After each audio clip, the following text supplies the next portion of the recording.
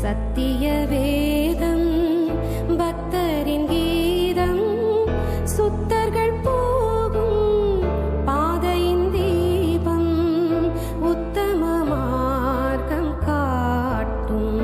1 Samuel 1வது அதிகாரம் 10வது வசனத்தை நம்ம சேர்ந்து வாசிப்போம். அவள் போய் மனம் கசந்து மிகவும் அழுது கர்த்தரை நோக்கி விண்ணப்பம் பண்ணி. இந்த 10வது வசனம் அன்னாளை குறித்து சொல்லுகிறது.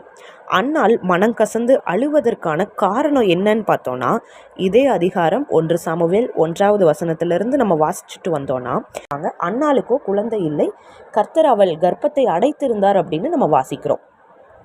இந்த குழந்தை இல்லாததுனால இந்த பெனினாள் என்கிற இவங்க சக்களத்தை என்ன பண்ணுறாங்கன்னா, இப்படி ஒவ்வொரு டைம் இவங்க ஆலயத்துக்கு போய் பலியிட போகும்போதும் இவங்களை ஏதாவது தன்னுடைய வார்த்தைகளினால பேசி இவங்களை துக்கப்படுத்துகிறாங்க. இந்த துக்கம் தாங்காமல் அன்னாள் எப்போவுமே அழுது கொண்டு சாப்பிடாமல் அப்படியே இந்த துக்கத்திலேயே இருக்கிறத நம்ம இந்த 1வது அதிகாரத்தில் நம்ம வாசிக்கிறோம்.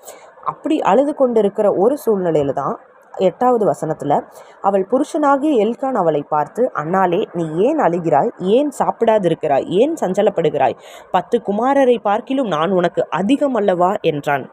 இப்படி இவங்க அழுது கொண்டு துக்கத்தோடு இருக்கும்போது தான் அன்னாளுடைய கணவன் இந்த இடத்துல அவர்களை ஆறுதல் படுத்துகிறாங்க.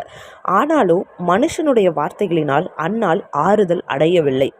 தேவ சமூகத்தில் தான் அவங்களோட ஆறுதலை தேடுறாங்க. ஆமாங்க, இன்றைக்கும் நம்ம அநேகர் மனுஷனுடைய ஆறுதலுக்காக எதிர்பார்த்து கொண்டு இருக்கிறோம்.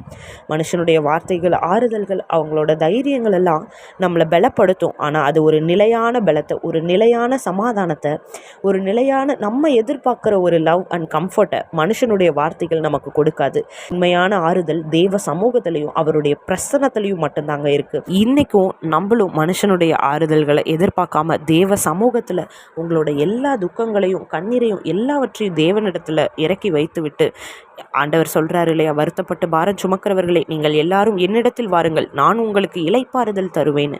அவருடைய சமூகத்தில் தான் நம்மளுக்கு ஆறுதல் உண்டு. நம்மளுடைய இருதயத்தை அவர் சமூகத்தில் ஊற்றி துக்கமுகமாக இல்லாமல் நம்மளும் இருப்போம். அதனால் போல நாமளும் தேவனிடத்தில் எல்லாவற்றையும் ஷேர் செய்கிறவர்களாய் இருப்போம். கர்த்தர் தாமே உங்களை ஆசீர்வதிப்பாராக. ஆமேன்.